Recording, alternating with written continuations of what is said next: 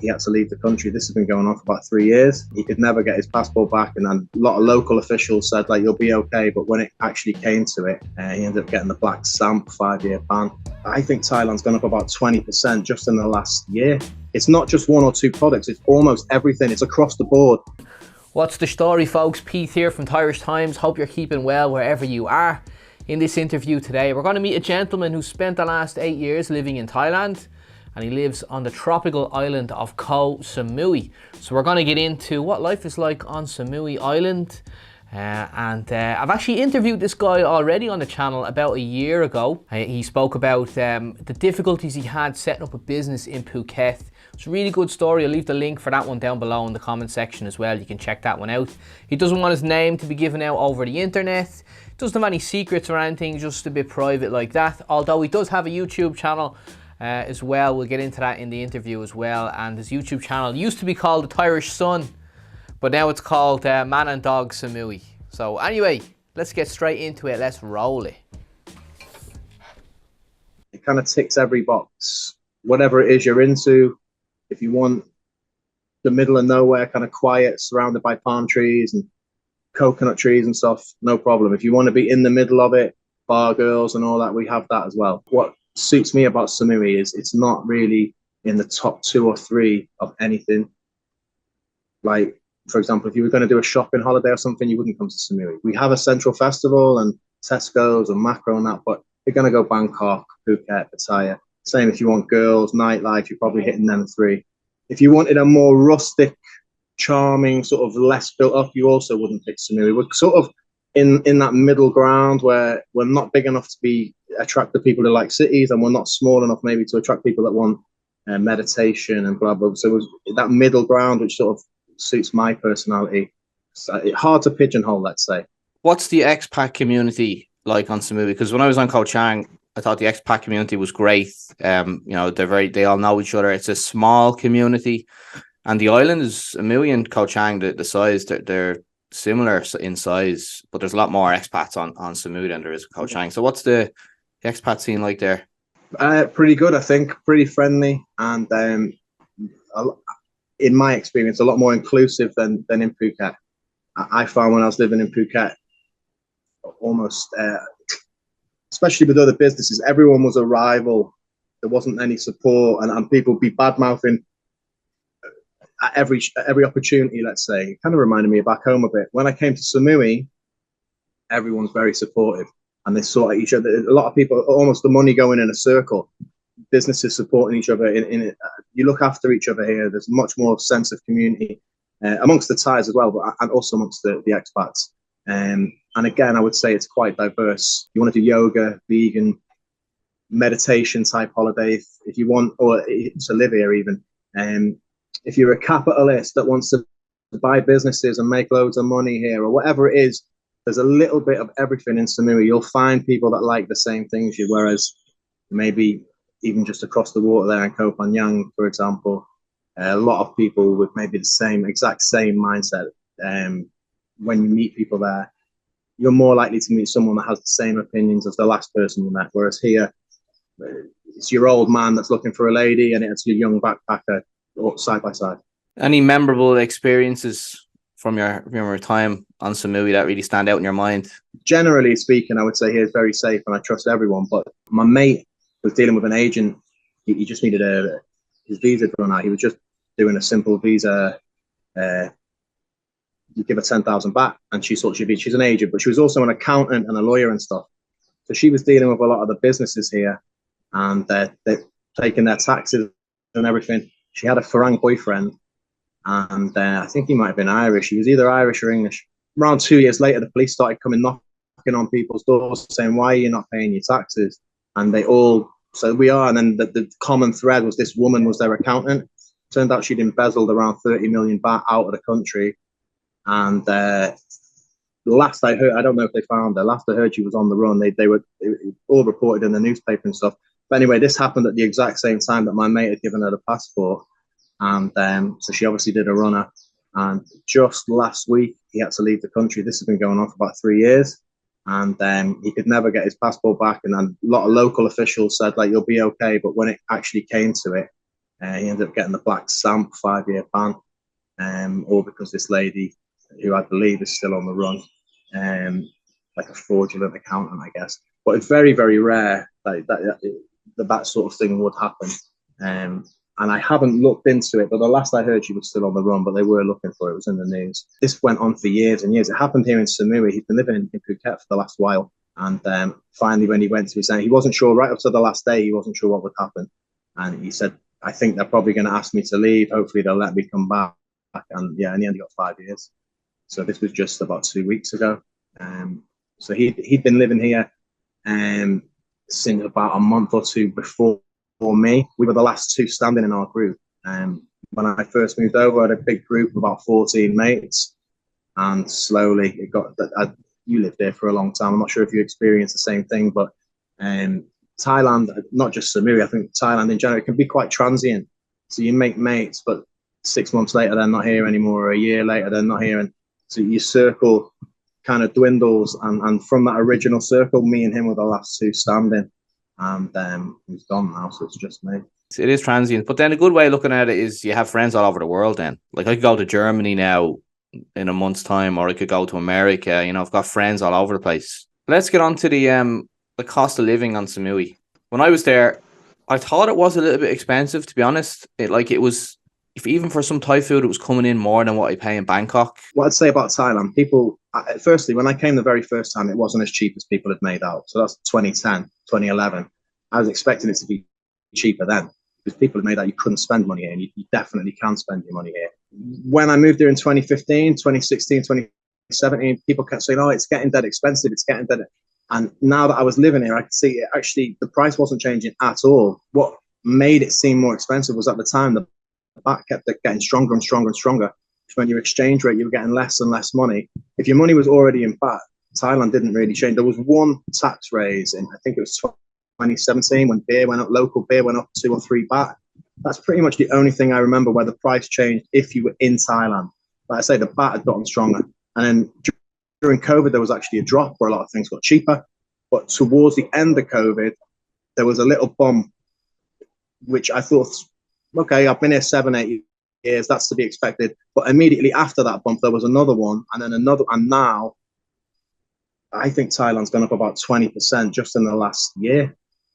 Like, I think if you came back, you'd think, oh, didn't this used to be this? And it's not just 1 or 2 products, it's almost everything. It's across the board.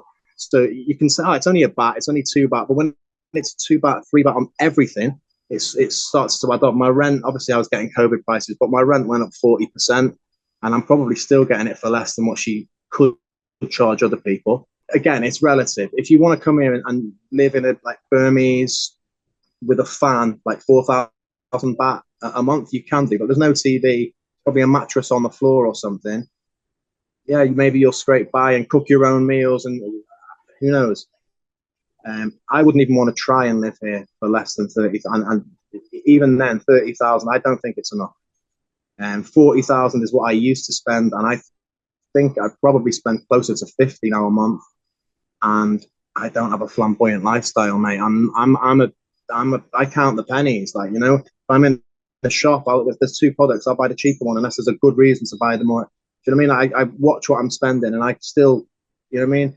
There's not birds coming in and out of my house every night and stuff like that. And I reckon I'm definitely over 40 anyway. You know, and before I used to get by on, when I first moved here, €1,000 was about 33,000 baht, and I made it work. I don't think you could now. So that kind of leads us into the next question then. What advice do you have for anyone that's considering moving to Samui or Thailand? Look, I don't know. I'm probably not the best person to give advice, because I moved over here without doing any research, and it took me I started a business without really knowing what I was doing and messed that up, and then I did nothing for a few years.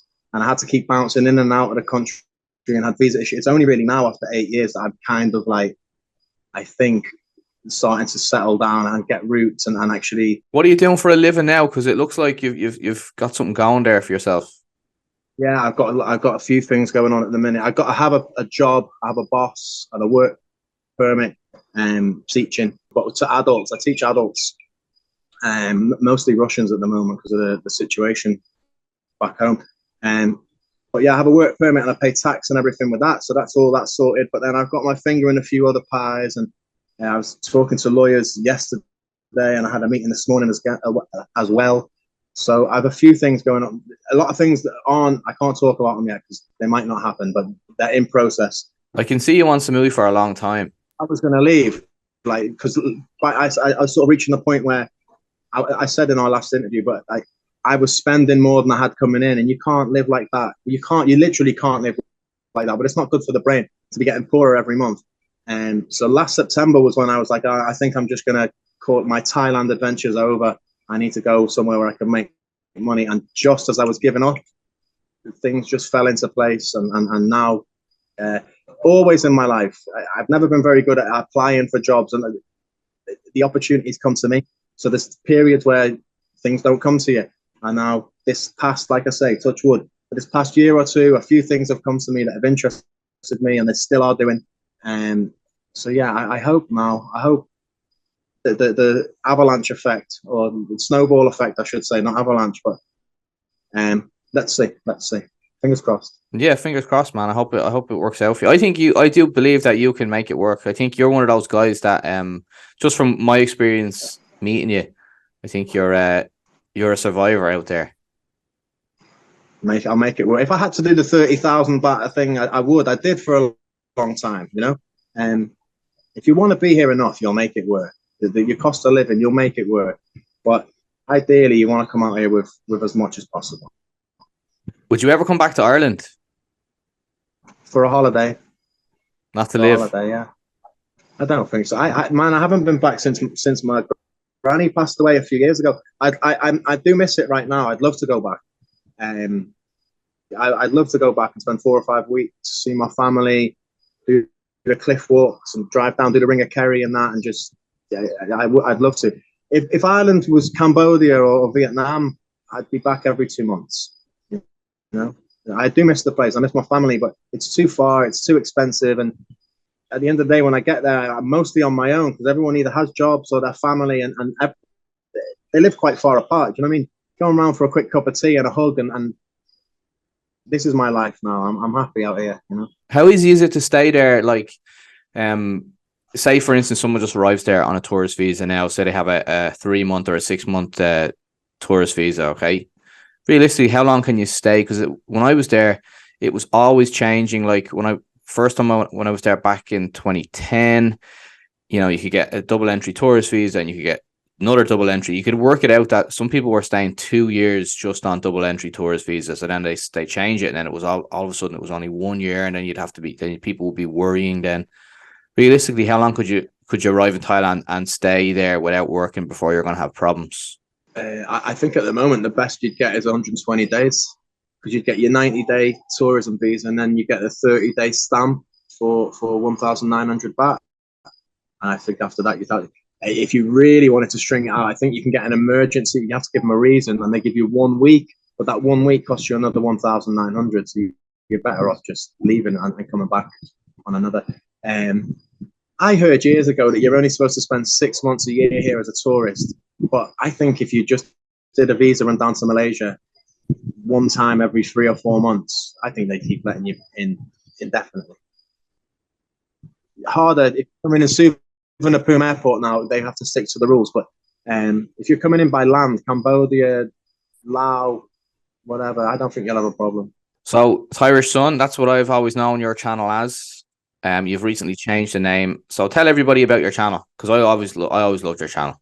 Yeah, I'm uploading less and less now because I'm busy all the time, and I've been here for so many years that it's just how much can you talk about Samui? But if I leave the island or do anything interesting, or if there's anything sort of newsworthy, I always try and make a video. And sometimes I just make a video on myself walking the dog and stuff. At the minute, it's called Man and Dog Samui, but I still have Thairish Son in brackets. So if you type in Thairish Son, you'll find me easy enough. How did you pick the name Thairish Son? Initially, I was in Bangkok in quarantine, and I picked the name Thairish Times and made myself a little logo while I was in quarantine. And then when I did it, I made the channel. It's the same channel I have now, and it was called Thairish Times. But when I typed in Thairish Times to see if I came up or not, someone else came up, and I was like, oh, some bastard has this name already. And you had about 950 subscribers, and I was like, I'm gonna have to think of something else. So I was like, I'll just do Thairish Sun, and then I just deleted Times, made a new logo. I actually got a guy on Fiverr to do it. I knew I wanted to rip off the Sun newspaper, and I didn't have the computer skills to do it myself. So I got a guy on Fiverr to do it for me, and Thairish Sun. Yeah, I don't know. I wasn't sure. It was a good temporary name, but I meant to change it many times. I'm still not happy with the one I picked, but I miss your vlogs. I've done one, man. I've done one. I won Guinness one back in Dublin. Did you see that one? I saw it. Yeah, you went for a pint. You went for a pint. Oh, and man, I saw the one where Noon was talking about the settling in and that as well. But I missed that also, because that's what the channel was when I first subscribed to you. You were just telling me about your life and stuff. And I got invested into you and Noon as people, you know. So you think I should do more vlogs then, do you? I'd like to see it, yeah.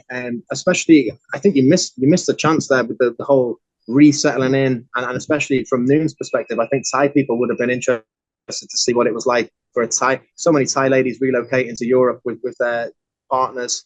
I think that would have been, even in Thai language, I think you would have got quite a lot of Thai followers. Yeah, but the thing is, I probably still could do that. I didn't have the time.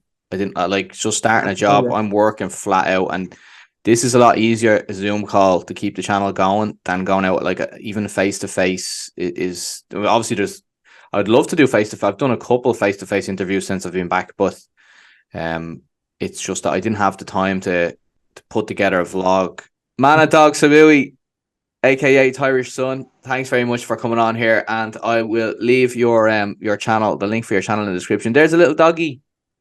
She was there the whole time, sleeping. Yeah. Ah, lovely. Wait. Yeah, all right, man. Thank you. Cheers. Thanks for the chat. No worries, man. Look, take it easy, and we'll stay in contact. All right. All right. Good. Enjoy yourself. Be good. See you soon. All right. Bye bye.